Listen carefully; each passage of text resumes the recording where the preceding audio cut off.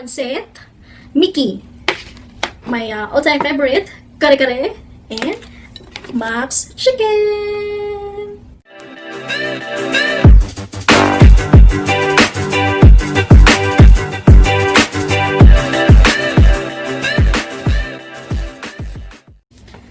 Hello, hello mga friendship! I'm back! Nandito po muli ang inyong lingkod, Belarmino, at nagbabalik po ang aking vlog. At ngayon, sa nakikita niyo sa aking harapan, marami akong food. So, magmumukbang ulit tayo ngayon. Last time, may mukbang ako, it's about chicken mukbang. Now, still have chicken, but meron pong ibang putahe or other for food. So, this is from Max Fried Chicken. Max Chicken, dahil meron silang promo today. So, ako nag-order po ng food dahil hindi naman masama mag-treat to yourself dahil hindi ako nakakalabas. So, order food po tayo. Hindi ako nagluto today. Pagpahinga man lang. So, today is my rest day and we treat ourselves with eating food. Ayan, kain na naman tayo ng kain. Friendship. Kaya nananaba na. So, ating foodie is pansit, Mickey, my all-time favorite, kare-kare, and Max Chicken! Dadadan! So, samahan nyo akong kumain mga friendship! Magkakamay ako ngayon. Malinis pa yung aking kamay mga friendship. Nagpugas ko ako. Magkakamay tayo kasi nga masarap kumain. Yan na naman. What to do mga friendship? Ito na lang iniisip natin vlog. Kung hindi magluto, kumain. My favorite. Ito natin yun. Ketchup. So habang kumakain tayo mga friendship, usap-usap muna tayo. Kamusta naman po kayong lahat? Kamusta po?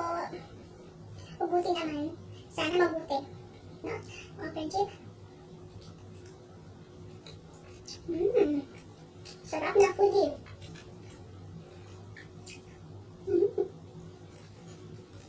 Tikman na. Tikman na.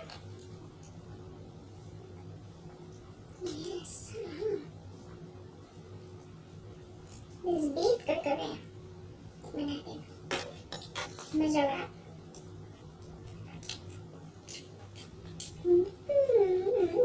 Yummy. Yummy siya mga friendship. Kukunin natin yung kakaunting. Yum.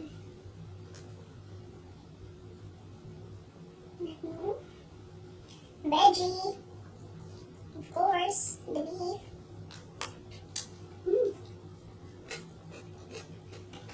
Yummy. Crunchy pa talaga. Lemon po sa veggie. Crunchy.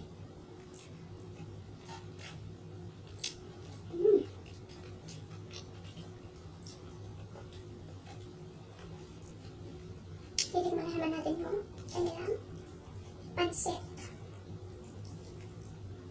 This is pansit Mickey. Malaki siya.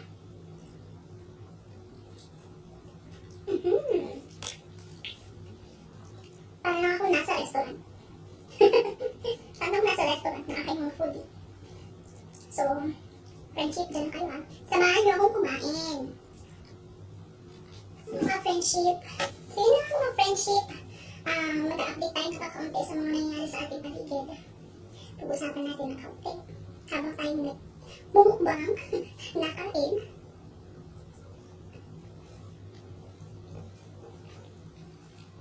Mga friendship, mag-iingat pa rin po tayo ha.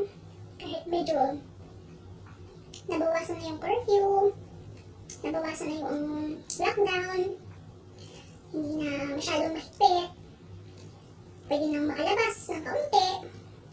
Mag-iingat pa rin po tayo. Much better pa rin po na magstay sa ating mga bahay. Pag wala namang importanteng gagawin sa labas, mas safe po tayo. Diba? Tayo naman sa panahon yun. Mahirap na. Diba?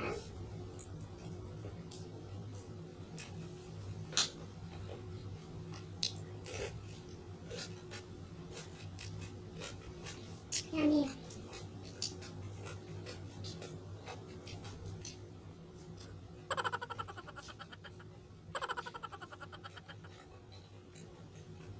Ganun na nga mga friendship. Mag-iingat pa rin po tayo sa labas. Yung lalabas lang yung importante. May bibilin, grocery, bibili ng mga pangangailangan. Ako, dito mga friendship, hanggang ngayon nakakulong pa rin ako. Hindi pa rin pwede lumabas. But it's fine. Okay lang po yun. Dahil mas safe naman po ako na dito sa bahay. Mas gugustuhin ko pa po yun. Kaysa na lumabas ako na, hindi ko naman kasiguraduhan na aking kaligtasan. Mas okay na nandito ako sa loob ng bahay.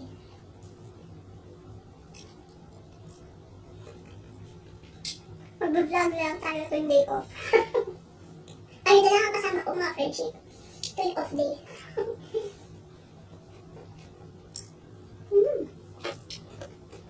So, diba? Ang dami kong punta ko lang mag-isang kakain. Kakatuwa naman ako. Good luck naman sa akin. Kung naman ito syempre mauubos. It takes how many days? Initin na lang. Lalagay sa page. Well, kailangan mag-prepare, mga friendship. Sa panahon ng crisis, kailangan mag-prepare. Diba? Titreat mo natin yung sarili natin. Nagkasos man tayo, pero tipid pa rin. Kasi hindi naman, ito isang kainan lang. Ito, maubos ko ito 3 araw. Hindi naman ako, sabi, tumataba ako ngayon, nakakain. Pero, hindi naman ako talagang solid na ubusin ko sa isang kainan. Grabe yun. Grabe. A little later, 3 hours later. So we're back mga friendship. Ito na nga po. Ito ko tapos na pong kumain. Pasensya na ako naguguto. Masarap kumain. At dahil sa wrap to the bones, ito ang aking bones. O iyan. Ayan na po yung bones na natira. Sarap to the bones eh. Kaya mga friendship, don't forget to like and subscribe to my channel, Belarmino. And always ring the notification bell para updated po kayo sa ating mga next videos. See you mga friendship!